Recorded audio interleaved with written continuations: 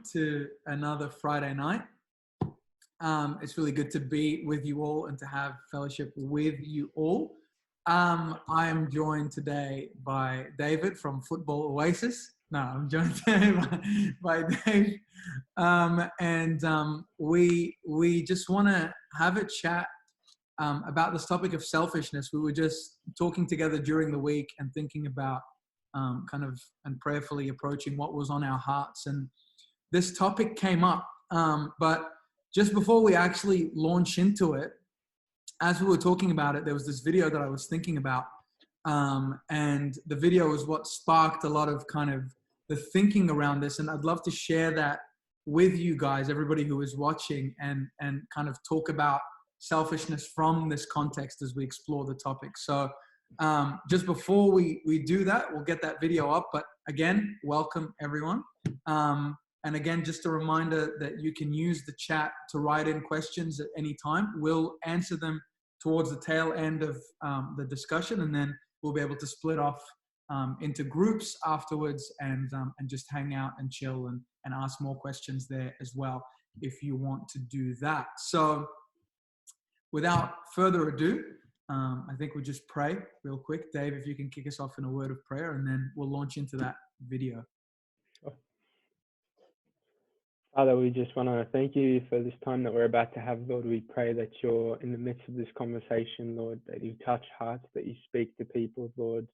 You know what's on every single person's heart, Lord, and I pray, Lord, that this relatable topic will be able to touch people, Lord, and hit them on a new level, Lord, into something that they potentially wouldn't have thought about before, Lord. Just be in the midst, Lord, and have you speak and you shine, Lord, and you be in the middle of everything that happens tonight. In your name we pray. Amen. Amen. Okay, the technical engineers in the background, the one called The Wiz, can you please get that video going? Thank you. I remember listening to that a while back, and I was like, the thing it sparked in me was I never thought about the aspect of kind of a selfie being like a selfish thing to do, or being like just the mark of, I didn't even think about setting up a profile about anyone other than me. That's just how it works. That's just normal. And so we begin to wonder, like, what other aspects of life has this way of thinking kind of spilled into? And that's what started the conversation between me and you sort of during the week. So just, before we get into, the spiritual aspect of it, where do you kind of see this? Do you see this attitude in life? Is this just Francis Chan talking, or do we actually identify with that sort of attitude in our day-to-day lives? No, I think it's definitely part of our culture today. Like, everything is all about me. Can I have the latest, for example, iPhone, or the latest, whatever it may be? We're always chasing the next thing in our life. It's never to a point where we're satisfied with what we have. It's always about, what can I gain? What do I want, and how do I achieve this? It's always striving for the next thing, and it's never satisfied with what we have. And I think technology plays a huge part in that as well. But it's definitely part of our culture today. Yeah, I think it's crazy. And when you mention technology as well, because there was a time, like it's crazy to think of that. There was a time when phones didn't have cameras that could point towards you, right? But even then, people would turn the phone around and actually attempt to get the shot without, the front-facing camera. But no, I think what I see it in, kind of just in society in general, and more than that in myself, is in motivations. Like, there are a lot of things that I do that are good, or that are healthy in and of themselves, but the motivation behind them is selfish. So if somebody was looking at me from the outside, and I was telling you the story when I was driving back from work, where there was this lady who lived on the other side of town. She was an older lady, and she needed help mowing her lawn. And I met her. She was one of the ladies that came to our uni to help us out with some stuff. Struck up a conversation. She's like, "Hey, would you be so kind as to kind of help me out with my lawn?"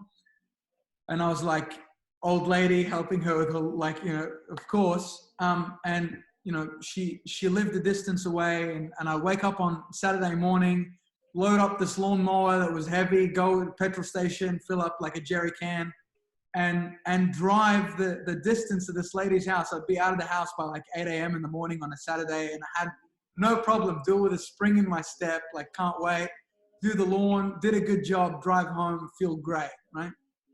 Literally, as soon as I get home, I unload the lawnmower, and my dad's like, hey, there's this little nature strip that's literally like 4 meters by 2 meters. Can you mow it? I'm like, nah, Dad, like I'm tired. I'm done for the day. And I just wondered, and that's what I mean by like in motivations. What is it that made me so willing to drive the distance, to go and exert effort and to do whatever? And there's definitely a part of it that wants to be seen as doing the good thing. I want the praise of being the guy who helps an old lady with her lawn and who, you know, whatever. So it's like, because there's an aspect of home, or like when we're kind of away from people, when our selfishness becomes really evident. And that's kind of what I was thinking, like, when you're with people, you can kind of fool them, but it's when you're by yourself and you know how you're thinking about this thing, that you're like, oh, wow, like, no, I really couldn't care less about how others benefit from this. This is actually just about me. So I thought it was interesting. Do you identify with that kind of way of thinking?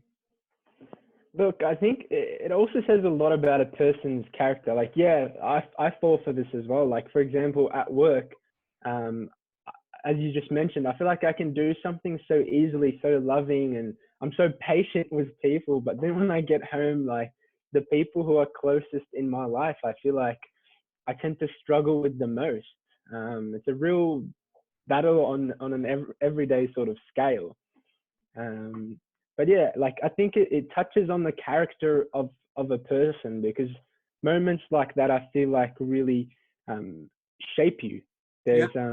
There's a thing that I read. It was like character is what was it? Character is who you are in the dark when no one's watching. That's one of them, but also character is what you do to people who can do nothing for you. Yeah. That was the other thing that I heard, and I really thought that was, you know, profound. That's I like that. Yeah.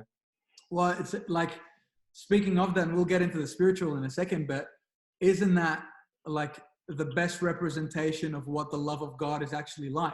Reaching out to people who are helpless to reach back. Do you know what I mean? Like, what can you actually add to Christ? What can you add to his love? You were a helpless sinner that was on the road to destruction.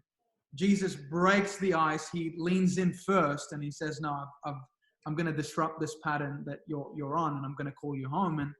And like he did that knowing that you deserve the opposite, and that you can't actually ever repay him for the gift that he's given you, but he gives it anyway. And so I think that's actually a really good, I've heard something similar before, but I think that's a really, really good definition of what the opposite of kind of selfishness is. And just on your earlier point of it's a character thing, just as you were speaking, I started thinking, like, is it, and relating it back to my experience with the lawn mowing and whatever as well, is it a lack of fulfillment? Is it a lack of identity? Is it me having to put up a certain front so that I can feel good about a certain aspect of myself, so I can feel complete or feel okay? Like if I take enough praise from this person, if I take enough pats on the back, I'll be all right. So again, it's doing the right thing. It's doing a good thing, but it's doing it from a place of emptiness, from a place of like, I need this to prop me up. I need this so I can actually feel good enough to live with myself, type thing. And I think that's it. Like, if that is the attitude underlying it, it's a real dangerous place to be coming from. Do you get what I'm saying? Yeah, Matt Chandler, actually, your favorite, Matt Chandler. one of. Yeah, one of. Matt Chandler said something along the lines of, people have sort of two faces or two masks. One is the mask that you put on in front of people, what you want people to see. And another one is the mask that you have when no one else is looking. And a lot of times we can ask ourselves, well, for example, in that story that you just mentioned, how can I then relate what I did for that random lady to mow her lawn to to do that for my family and for anyone else Yeah. without feeling sort of the reward side to it. And I guess it starts from the mask that is when no one else is looking. Yeah. During that time, how are you developing your relationship with Christ in order to, develop your relationship to look more like Christ when no one else sees, when there is no reward? Well, that goes back to that fulfillment piece, right? Because it's like, if I'm getting all those things that you just mentioned, that I can do this without needing the reward. I can do this without like expecting anything in return, which you've just defined really well as what kind of selflessness is. But I need to get those things from somewhere. I need to be loved. I need to feel encouraged. I need to feel satisfied and full and happy and joyful in all of that kind of stuff, and peaceful and approved of. Like, I need to know that I'm okay, like that I'm doing the right thing and that it's good, and that somebody approves of it. That's just a basic human need, right? And if I do what you say, now we move into the spiritual side, and I actually spend time with God in private. When I act in public, I can actually act out of the full cup that Christ has given me, rather than trying to fill it by kind of the way that I act or the things that I'm trying to get. And we're going to go into the best case scenario of I'm doing good things so that I can kind of get good things back in return. But most of the time, the way that selfishness was defined is that it's like you're occupied with yourself more than anything or anyone else, to the detriment of others. Like, you're not considering others at all. It's just about me. And if somebody else gets stepped on in the process, well, that's kind of too bad. They should have been looking out for themselves. Do you know what I mean? So if we come back to that, then it's like, yeah, if Christ is the one giving me those things that I need, I'm then free to serve the way that I was intended to serve. And then I actually, I don't feel weighed down by that anymore. Do you some of the areas that I wrote down of when I wrote out the word motivation, and I thought, what, from a spiritual perspective, what do you think some of our motivations are for prayer? What's it supposed to look like, and how do we often, do it? I think prayer is, I'll tell you what prayer we make it out to be. I think we make prayer a selfish thing, where it's a lot more about requests and praying for God to do something for us. And sometimes we can take a step back and look at it as, I'm going to spend time, for example, reading my Bible and praying just so I can show God that I'm doing something in order for him to kind of bless me or give me something in return. Yeah. Which is wrong, and that's not the purpose of prayer. It's a relationship. It's a conversation. It's a two-way street. You can't just be speaking. If you have a friend, a really close friend to you, you can't just be speaking and not have anything in return. If I have a friendship with you and I'm constantly coming up to you and being like, Shady, I need this, I want that, provide this for me, have a good day, see you later. And that's all that our so-called relationship is built on, and it's not even a relationship. Yeah, well, it shows that the primary focus of that approach is me and how I can benefit from that, because I want to be a good boy so that God would give me ultimately what I want, not necessarily what he wants. I'll tick your list so that you can reward my whatever it is that I want. And if we say that selfishness is an occupation with self and to the detriment of others, then we do that to the detriment of God as well, because he's another person. So it's like, when I meet with him, like you're saying, I'm not even stopping to listen. Like, we forget that, like you're saying, it's two-way conversation. That means I speak, God actually speaks back. But so often we don't give the space for that. We don't give the room for that. But when he speaks back, that's when relationship is built. And then that's when you begin to realize the irony of it, that Christ is the thing that you were looking for. Christ himself is the thing that you were asking for ultimately. And that takes a little bit of maturity. That takes a little bit of kind of calming yourself to realize that. But have you ever had this experience where in prayer, I started to pray. I remember this was in year 12. I think I've said the story before to somebody else, but in year 11, actually, I had this friend in class who was making my life miserable. This guy was like, he made it his personal mission in life to like pick on me in every opportunity. Like I'm used to kind of people taking jabs, but this guy was like, man, every word, every class, every like, I'm going to be on you. I couldn't stand this kid. And then I went home I think it was like the last day of year 11, and he made sure to make it like a super annoying one. And I went home and I started praying, and I was furious. I was like, Lord, just, shut this kid up. Like I can't. But I just suddenly felt this shift of like, hey, pray for him. Don't pray at him. Don't pray vengeance over him. Or that's not how you approach me in prayer. Pray for him. And so I started literally just Lord, my feelings, whatever, I'll put them to the side. And then I just started praying for him, like, Lord, And when I started praying for him, the crazy thing that started happening was I instantly started to care, like way more than I thought I would. I'm like, as much as I can't stand this kid right now, what if he goes to hell? What if that's actually where he's going to end up? Like, what about his family? What if they never hear the gospel? Like, what if he just keeps going down this way and just becoming this bitter, twisted man as he kind of grows up into adult? I'm like, Lord, no, like, please soften his heart, like speak to him. So I'm like praying in a totally different vein than I went on my knees with the intention of like venting rage, and it ended up sort of taking a totally different turn. And the magic thing that happened was I went back in year 12, and that kid, he was the Dux of our school, by the way, he became my best friend throughout year 12. Without like knowing, we just came back to class on the first day, and then we just got along like a house on fire. I don't know what changed other than the fact that I prayed once wholeheartedly, and then I just left it, just walked off.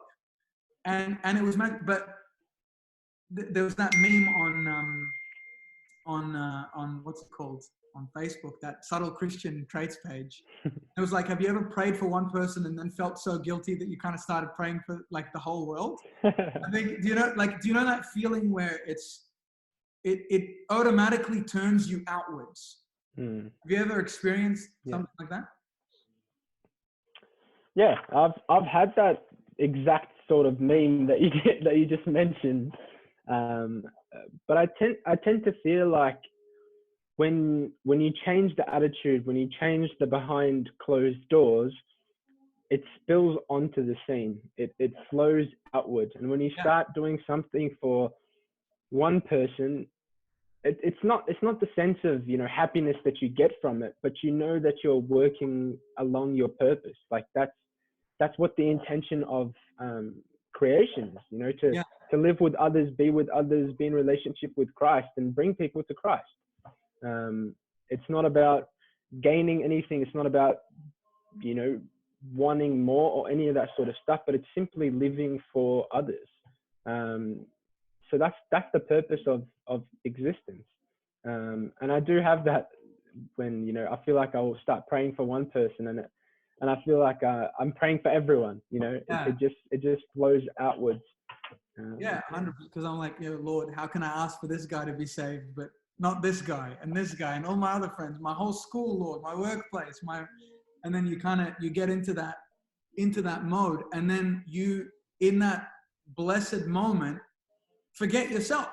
Like your eyes are kind of like what Francis was saying in that earlier clip. Like your eyes are suddenly off of you, and you're looking at a bigger picture. You're looking at something much greater than yourself, and you're contributing to it now. You're actually, and that's what you call purpose, right? I'm actually moving along a track that is building something bigger than me, that is contributing to worshiping something that is bigger than me. Because at the end of the day, really, a lot of what we do is we talk about idolization, and, in the Bible, it's really obvious, where there's like, they set up a statue made of stone, and then they bow down to it, and we're like, yeah, that's an idol. That's not God. You should worship God.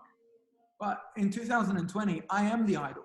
I bow down to myself and only to myself. I decide when I do this, when I do that, who I interact with, who I don't, what I get, what I don't. And I make myself God, and I worship myself in those moments where I put myself on the throne.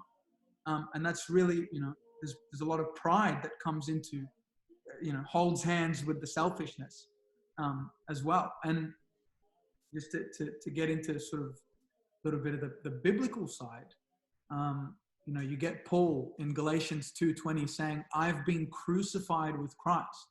It's no longer I who live, but Christ that lives in me. The life I now live in the body, I live by faith in the Son of God who loved me and gave himself for me. It's like, dude, there was a man named Paul once. He did live his life once, and he made a mess of it. He was a terrorist. he made an absolute mess of it. That man is no longer the one that you're looking at. That man died. He was crucified with Christ. The person who's alive now lives by the grace of God, and it's Christ living in him. It's Christ. He's just a vessel for God to do what he wants to do through him. That's like the literally the furthest end from selfishness you can have, because Paul's saying, I had a self, that self died. Like it's not even that I look at it sometimes and then I look at God sometimes. It's like there's nothing to see here. It's done. There's nothing good in it. It's gone. And now it's Christ who lives in me. What do you think of that as a challenge, as a calling?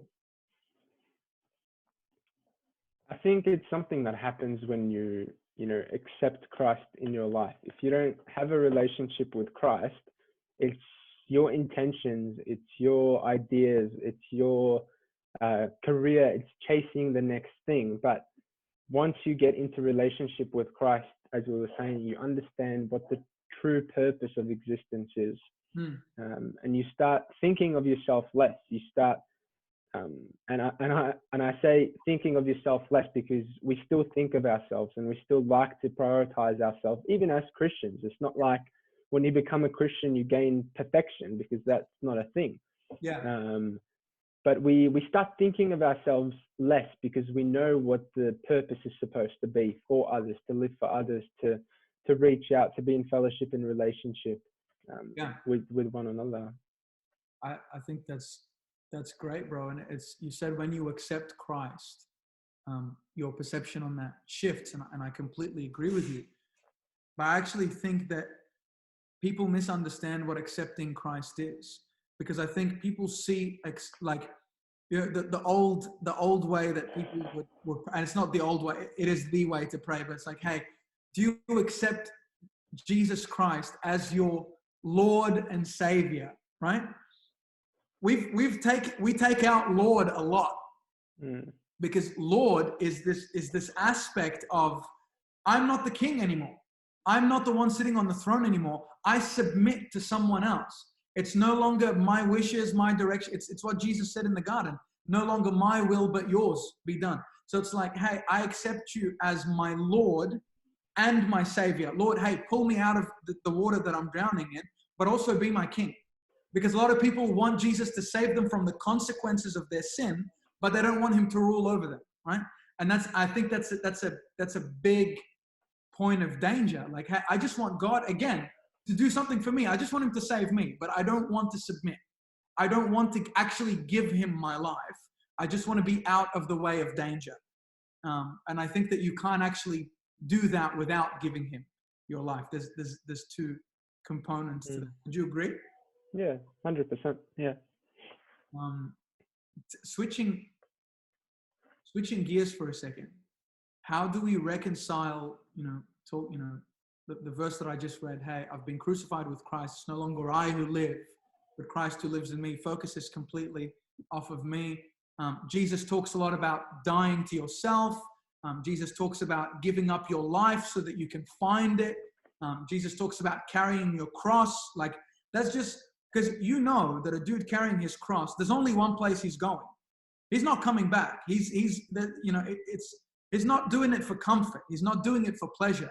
He's dying with every step that he goes towards the hill where he's ultimately going to give it all up. It's like the sign of kind of ultimate progressive submission and surrender. How do I reconcile that with the idea of loving myself and self-care and all the words that begin with self, because this is obviously a sensitive topic, because when you tie it to mental health and all this kind of stuff, there's and self-esteem and all this kind of words that begin with self. Where does that fit into? I'm putting you on the spot here, but where does that fit into sort of the biblical framework that we're discussing now about being selfless? Yeah. So you mentioned two elements there. One is sort of the self-care thing and taking care of your overall health. And that is important because you need to focus on that aspect. I think they're two completely sort of different aspects here. The one about self-care is just maintaining, you're eating right, you're physically healthy, you're mentally, whatever works for you, but like say hanging out with friends, spending time with family. So you're sort of set or in a good place in different aspects of health in that way, which leads to a healthy sort of life from the outside and I guess inside as well. But there's also that other aspect that you mentioned of, just purely being selfish and thinking about you. So a good question to ask in the midst of every situation that you're involved in is, like, just be real with yourself. Is this about me? Am I doing this for myself? What am I gaining from this? Are other people involved? What's the outcome? What's the result? What do I want to gain? All these things are very important for you to kind of self-assess the situation overall to get a better understanding of your intentions, because your intentions can be very self-centered and you can just, rely on getting things for your own selfishness yourself.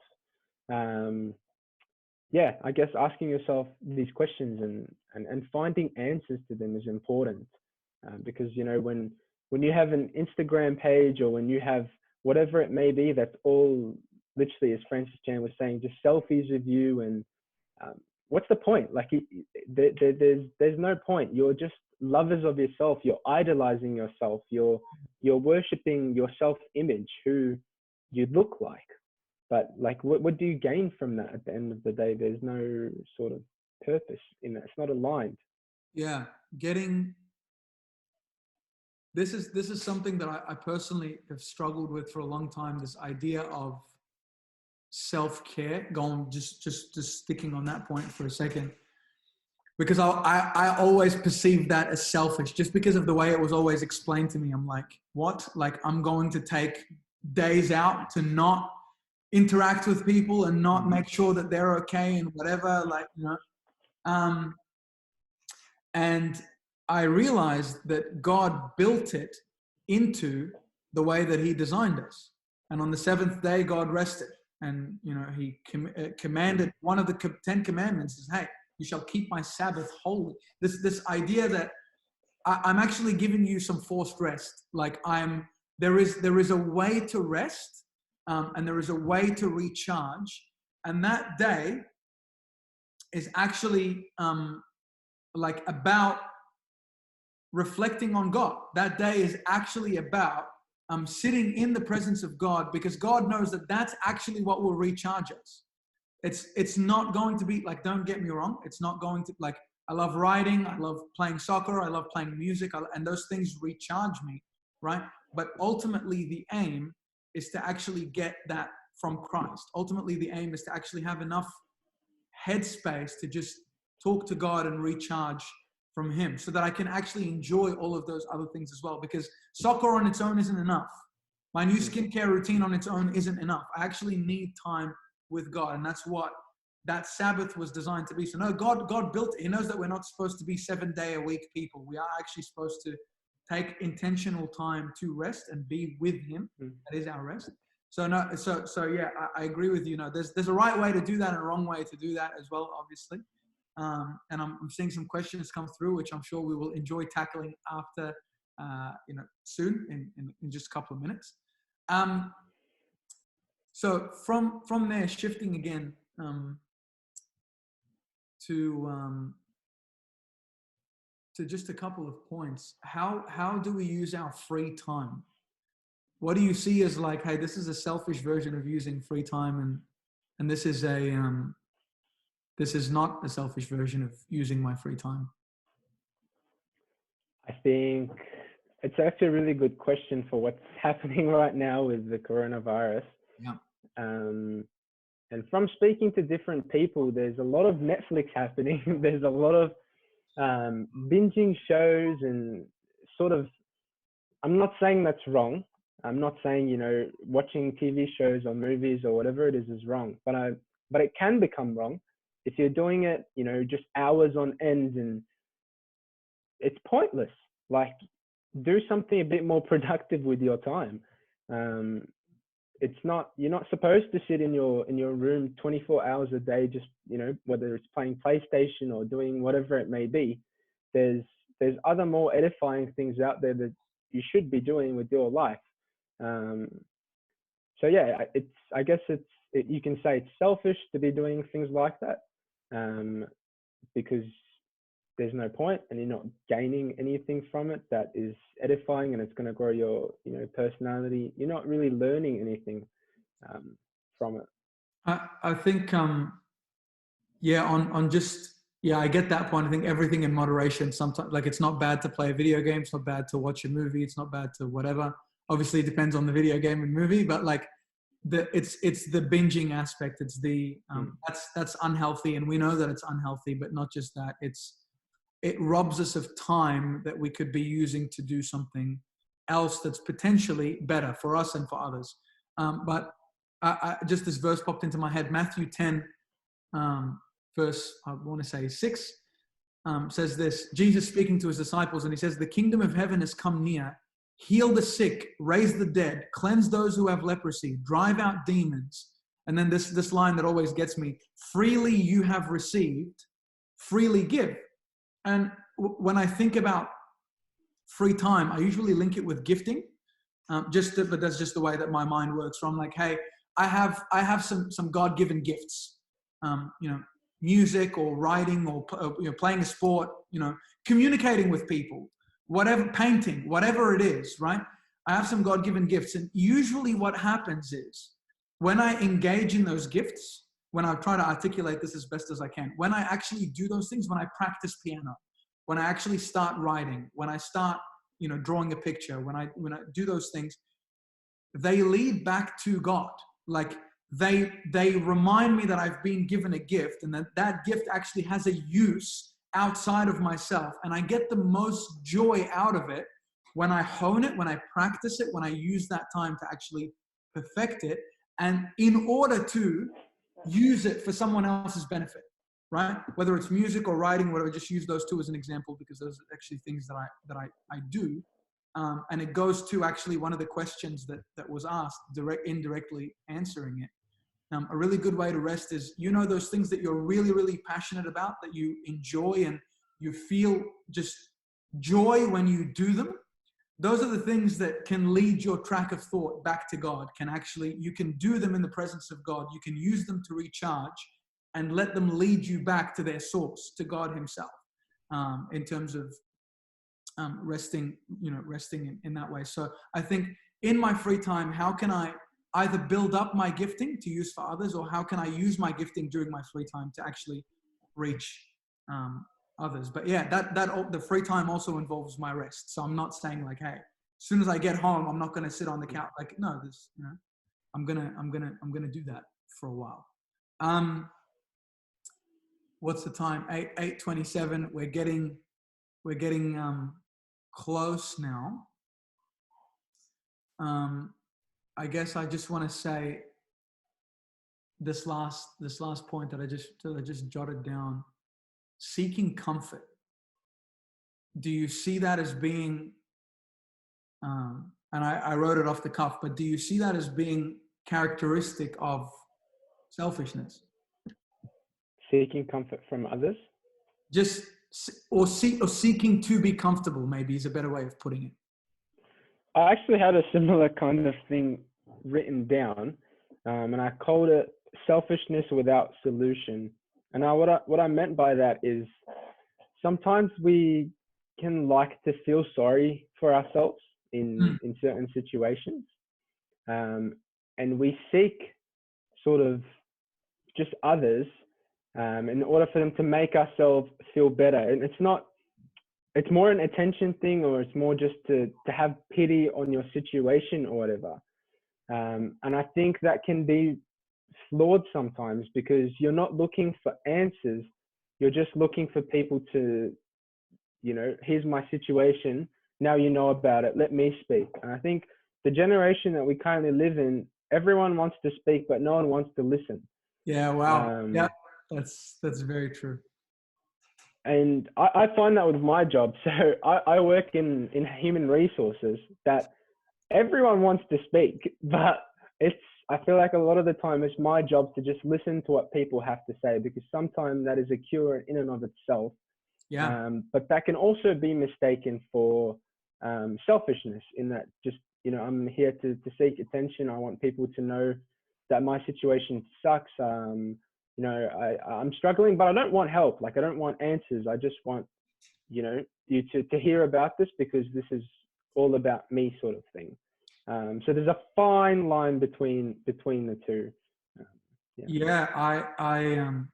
I agree with you. I think you're looking at comfort from sort of people kind of getting like, hey, this is my problem. Now you've heard it. I can kind of breathe out, and at least, somebody else knows. And I think we should be really careful to distinguish that from people who genuinely need help. And I think that takes us back to that first word that we began with, which is motivation. What is my motivation for carrying out this action? What is my motivation for speaking or wanting to vent, as I'm getting the question there? No, absolutely not. It's not wrong to vent. It's very, Jesus says, carry each other's burdens and be understanding of each other, be patient with each other, pray for each other. When two are walking together and one falls down, the other one can pick him up. And so, no, we're very much encouraged to do exactly that. I don't ever want to discourage anybody from speaking, but I really like what you said, that sometimes we do speak not looking for an answer. I just want to like, not looking for an answer as in I don't actually want it to make me feel better, but I just want you to look at me. And I think there is an unhealthy way to vent, and there is a really helpful way to vent as well. But I actually, when I was thinking about it, I was thinking about it from the point of view of how I live my life, not necessarily what people say to me to like make me comfortable, but as in like me not taking that risk, me not doing that thing because it's going to disrupt my day. It's going to, like, I got home, I'm tired, but I know that my friend needs a call and would probably appreciate it from me. That's uncomfortable. I can't be, or like, hey, this is going to be an awkward conversation. Not really keen on it because it's uncomfortable. But I think, and to sort of begin to round this discussion off, if we're trying, the ultimate aim is to be like Jesus. The ultimate aim is to live like Jesus. Jesus didn't live for himself, and Jesus had an incredibly uncomfortable life. And so did all of his disciples. Like, read Paul's life, man. The guy's going from prison beating to shipwreck to, being kicked out of a city to stoning to whatever. It's crazy. It's extreme. But it's a dude wholeheartedly following Christ and entirely not like worried about what's going to happen to him. And I think something that's incredible to me is how freeing it is to really to have that level of relationship with Christ, to be so satisfied with him, to know him so well that you just don't worry. You're just like, it's fine. Like, I know that this is my purpose, so I'm going to go towards it. And if it kills me, I die. Like, that's basically how Paul thought. He's like, I am so satisfied in who Christ is, not actually in this life, that I am willing to pursue his version of my life all the way to me dying.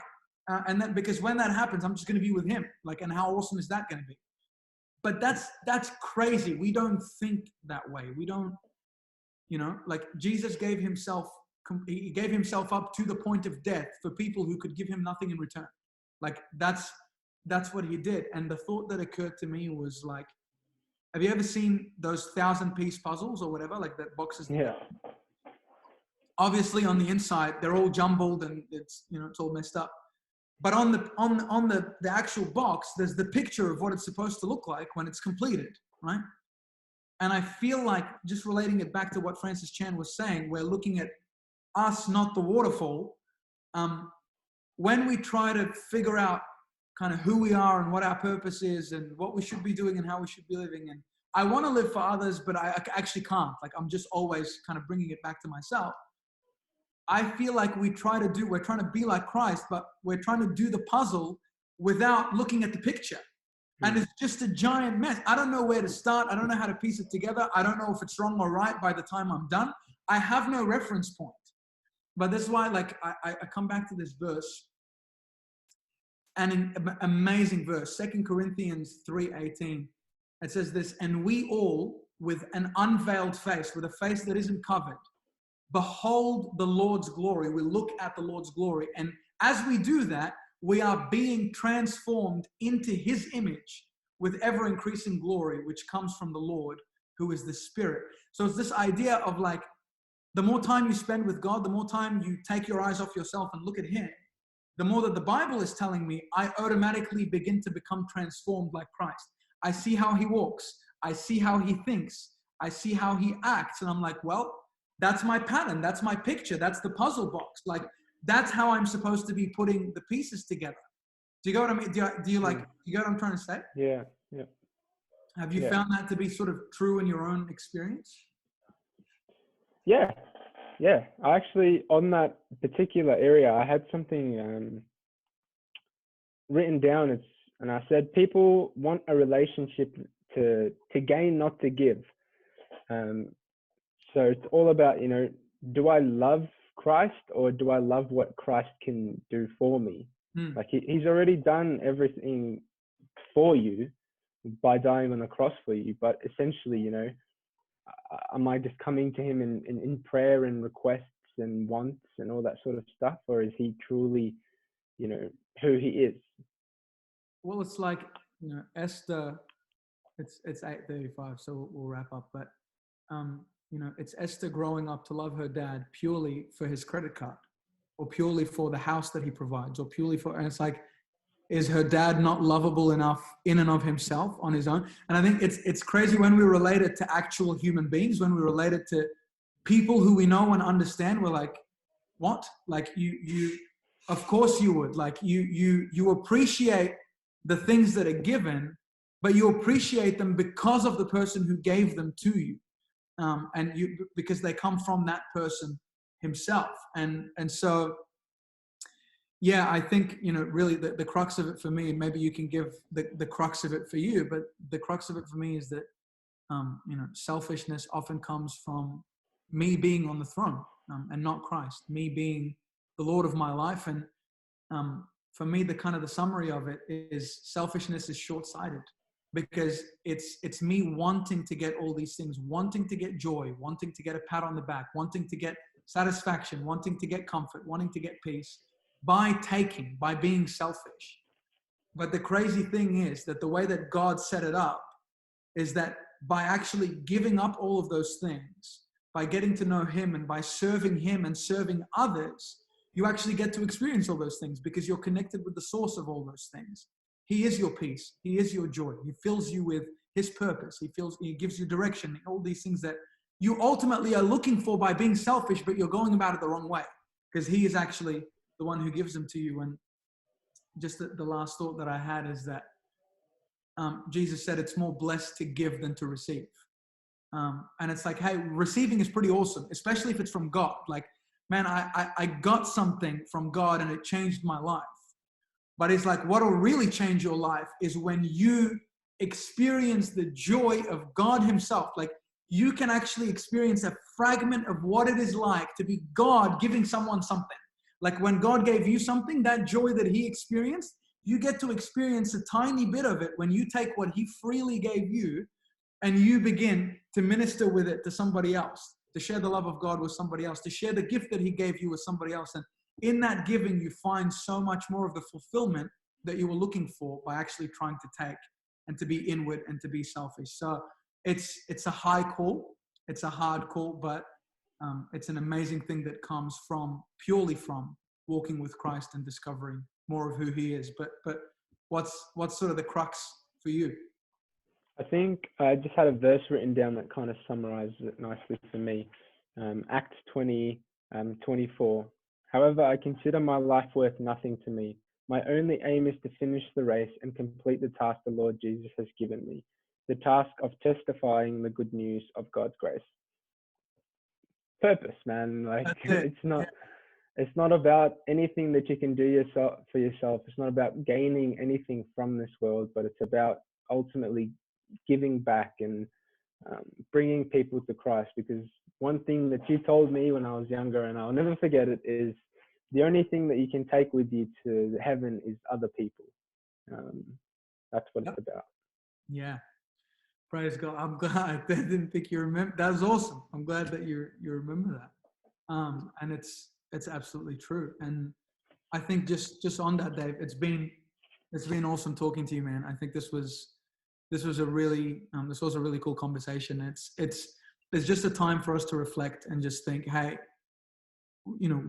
how am I living my life, and will the way that I live last beyond this life by the definition that you just gave? Will any of the things that I'm doing actually carry over?